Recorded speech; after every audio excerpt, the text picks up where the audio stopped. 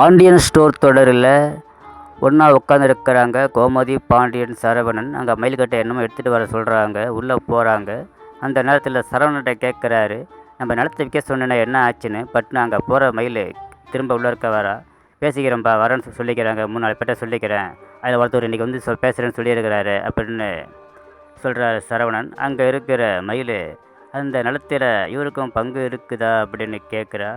உடனே கோவப்படுறாரு சரவணன். கோமதி என்ன பேசுகிறா அப்படின்னு அவளை கம்முன்னு இருக்க சொல்கிறாங்க. ஆனால் பாண்டியன், நீ கம்முன்னு இரு, நான் பதில் சொல்கிறேன் அப்படின்னு சொல்கிறாரு. இப்போ அவசர தேவை இருக்கிறதுனால கதிருக்கும் செந்திலுக்கும் கொடுக்குறதுக்காகத்தான் விற்க சொல்கிறேன். சரவணனுக்கு கண்டிப்பாக நான் தருவேன்.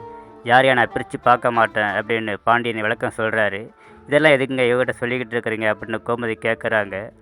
அப்படிலாம் சொல்லக்கூடாது, எல்லாருக்கும் சொல்ல வேண்டியது சொல்லித்தான் ஆகணும் அப்படின்னு அவர் சொல்கிறாரு. டான்ஸ் காம்படிஷன் போகிற விஷயமா கதிர்கிட்ட கேட்குறாங்க ராஜி. அவர் மறுக்கிறாரு.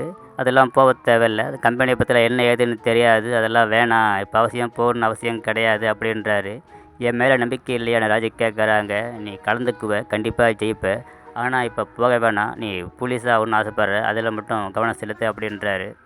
கிரவுண்டில் ப்ராக்டிஸ்க்கு வராங்க, நல்லா ஓடுறாங்க.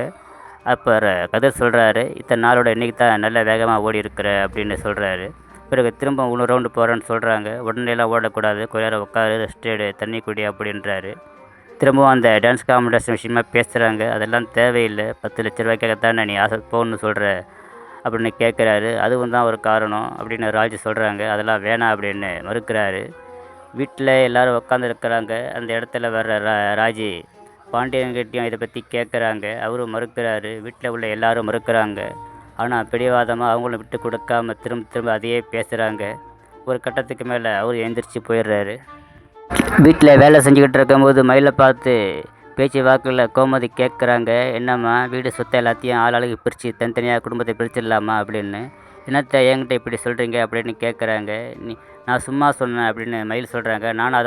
நானும் சும்மா தான் கேட்டேன்னு கோமதி பதிலுக்கு